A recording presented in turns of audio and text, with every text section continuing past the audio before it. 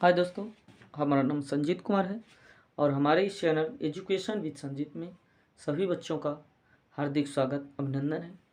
तो जैसा कि आप लोगों को पता है कि हमारे इस चैनल में आप लोगों को 9th और 10th की आप लोगों को साइंस और मैथ बराबर वीडियो मिल रहे हैं।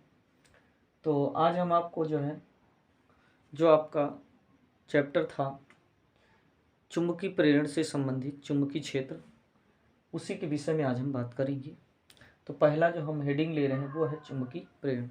आखिर ये चुंबकीय प्रेरण होता क्या है?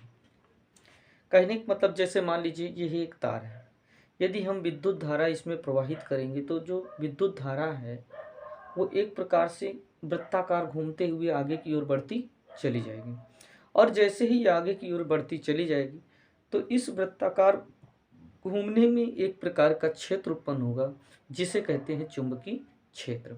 और ये वृत्ताकार घूम रही है तो इसलिए हम इसे कहेंगे चुंबकीय प्रेरण।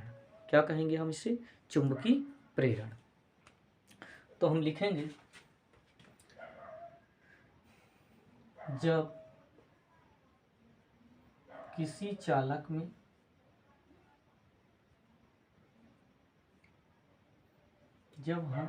जब किसी चालक में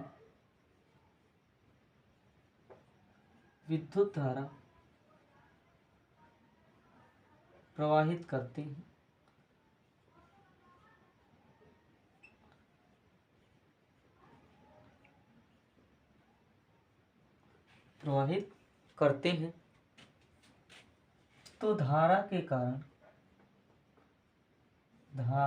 तो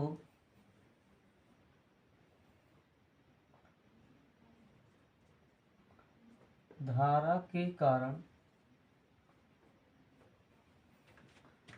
धारा के कारण चालक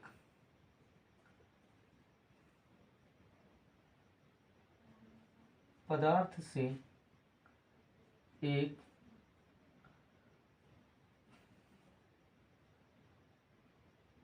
प्रेरण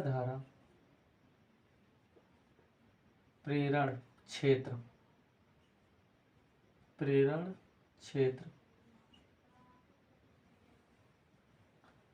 प्रेरण क्षेत्र उत्पन्न हो जाता है जिसे चुंबकीय प्रेरण कहते हैं।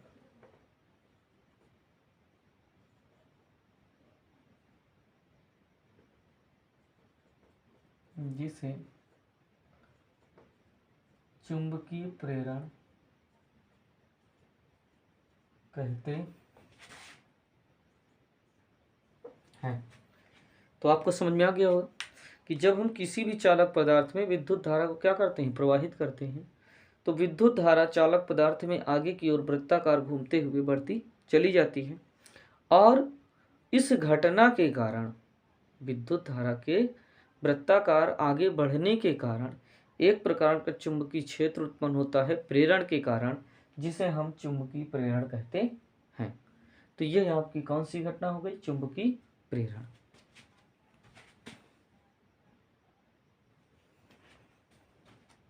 आइए चलते हैं आगे। हेडिंग क्या है आपकी? फैराडे के विद्युत चुंबकीय प्रेरण के नियम। तो फैराडे नामक वैज्ञानिक थे जिन्होंने चुंबकीय प्रेरण की घटना को प्रदर्शित किया और उन्होंने सिद्ध करके बताया। फैराडे नामक वैज्ञानिक जो थे, चुंबकीय प्रेरण की घटना को उन्होंने बताया कि आखिर चुंबकीय प्रेरण कैसे उत्पन्न होता है और किसमें उत्पन्न होता है और किस प्रकार से उत्पन्न होता है।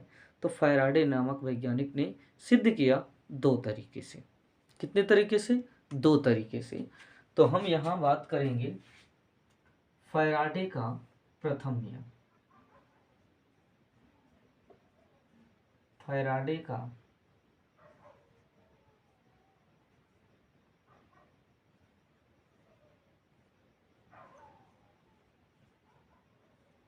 प्रथम नियम। फैराडे का क्या? प्रथम नियम।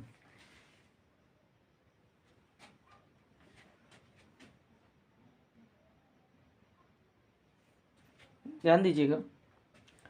अभी हमने आपको क्या बताया कि फैराडे का प्रथम नियम।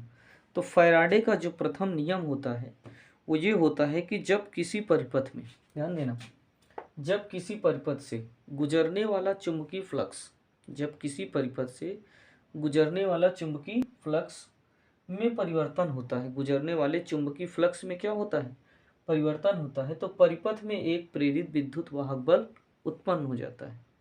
प्रेरित विद्युत वाहक बल क्या हो जाता है, उत्पन्न हो जाता है, जिसका मान चुंबकीय फ्लक्स में परिवर्तन दर के ऋणात्मक मान के क्या होता है, बराबर होता है। चुंबकीय फ्लक्स में परिवर्तन दर के ऋणात्मक मान के क्या होता है, बराबर होता है। यही फैराडे का प्रथम नियम कहता है। क्या कहता है, चुंबकीय फ्लक्स का, यही फैराडे का प्रथम नियम कहता है। तो आगे की ओर आइए हम देखते हैं।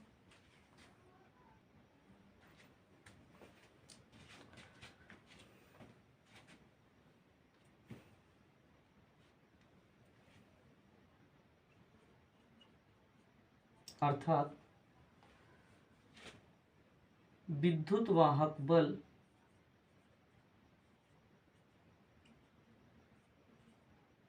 E बराबर -φ2 - φ1 बटे आपका होता है डेल्टा टी। φ2 - φ1 बटे डेल्टा टी। यदि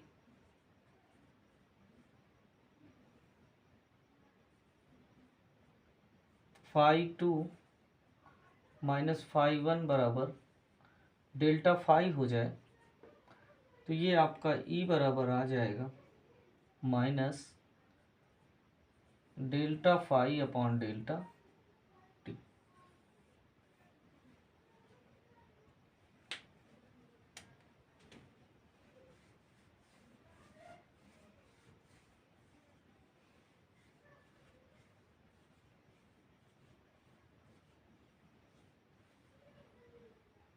विद्युत वाहक बल का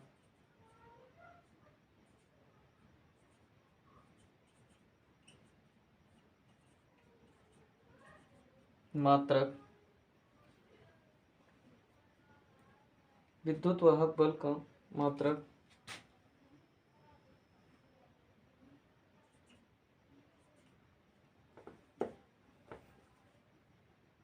वेबर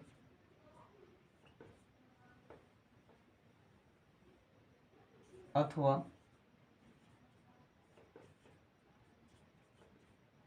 वोल्ट।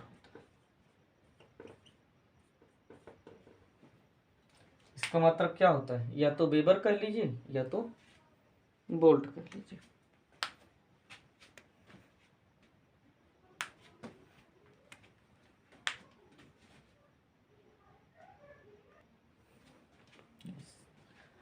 फैराडे का दूसरा नियम कहता है कि किसी परिपथ में विद्युत वाहक बल तथा प्रेरित धारा सदैव एक दिशा में होते हैं।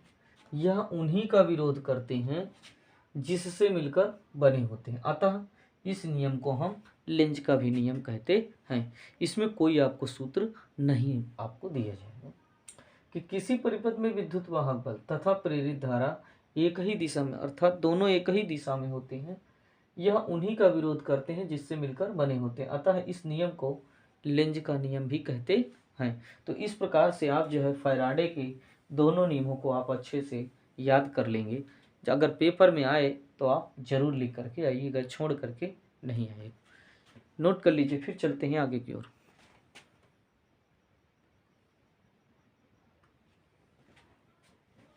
सवाल कह रहा है आगे की ओर, फ्लेमिंग के दाएं हाथ का नियम। ये बहुत बार पेपर में पूछा गया है, आप लोग ध्यान से इसे सुनिएगा। फ्लेमिंग के दाएं हाथ का जो नियम है, फ्लेमिंग नामक वैज्ञानिक ने बताया कि यदि हम अपने दाएं हाथ को, हम दाहिने जिस हाथ से हम खाना खाते हैं, भोजन करते हैं, यदि हम दाएं हाथ को इस प्रकार फैलाएं कि उंगलियों को बीच वाली उंगली, ये अंगूठे के पास वाली उंगली और ये बीच वाली और ये अंगूठा इस प्रकार से फैलाएं कि परस्पर एक दूसरे से क्या हो, लंबवत। ऐसे करें तो ये लंबवत है, इस प्रकार करें तो ये लंबवत, और ऐसे करें तो ये लंबवत।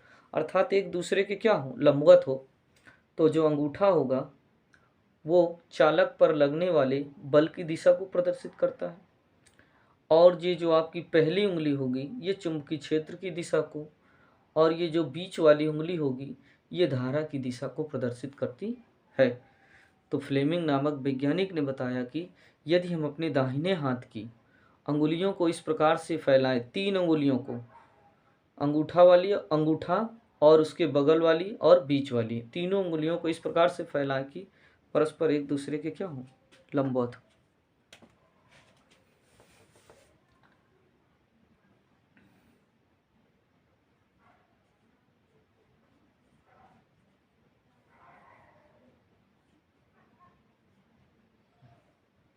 फ्लेमिंग नामक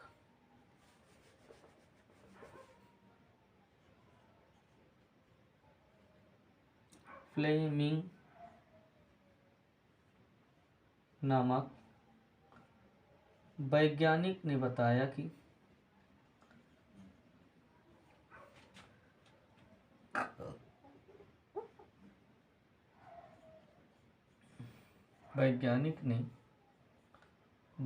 कि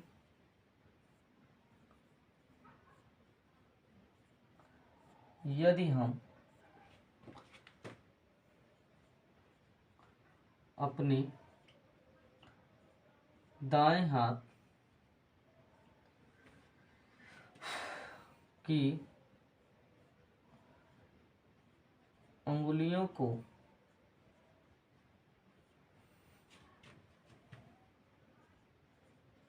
इस प्रकार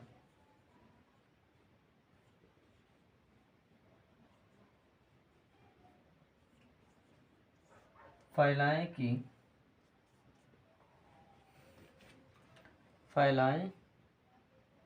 कि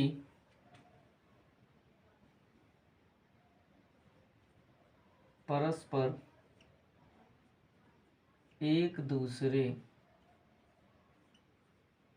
के लंबवत हो, एक दूसरों के क्या हो, लंबवत हो। तो इस स्थिति में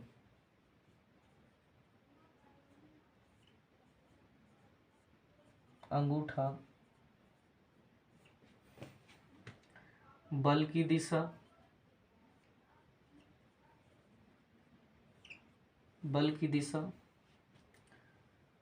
अंगूठे के पास स्थित उंगली अंगूठे के पास स्थित उंगली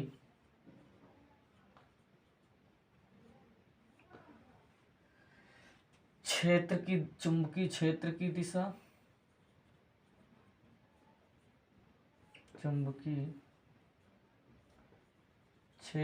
दिशा व बीच की उंगली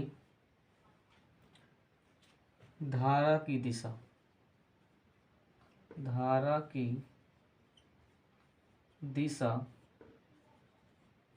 को प्रदर्शित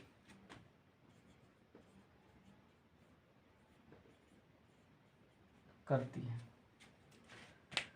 फ्लेमिंग नामक वैज्ञानिक ने क्या बताया?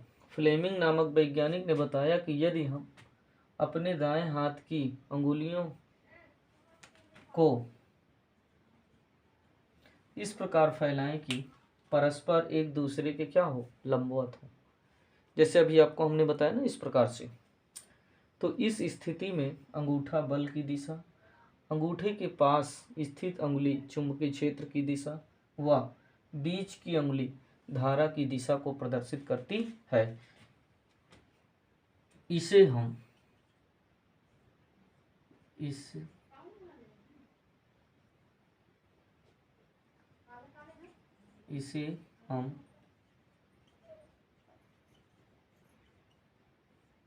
फ्लेमिंग का दाएं हाथ का नियम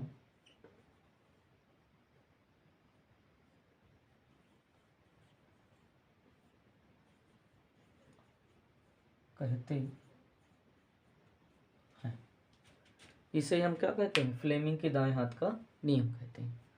तो आज के लिए यहाँ तक ही, नेक्स्ट दिन फिर मुलाकात होगी। तो आप लोग हमारे इस चैनल, अगर हमारा वीडियो अगर आप लोगों को अच्छा लगा हो या हमारे द्वारा बताए गए परिभाषाएं सवाल अच्छे लगे तो हमारे इस चैनल को लाइक, सब्सक्राइब और शेयर ज़रूर करिए ज़्यादा से ज़्यादा बच्चों तक, जिससे बोर्ड में अगर आपके इस प्रकार का क्वेश्चन बनता है तो आप अच्छा से अच्छा नंबर लिख करके आएँ, जिससे अच्छा नंबर मिले आप लोगों को। तो आज के लिए इतना रखते हैं। जय हिंद, जय भारत। जाते जाते लाइक, सब्सक्राइब और शेयर जरूर करें। धन्यवाद।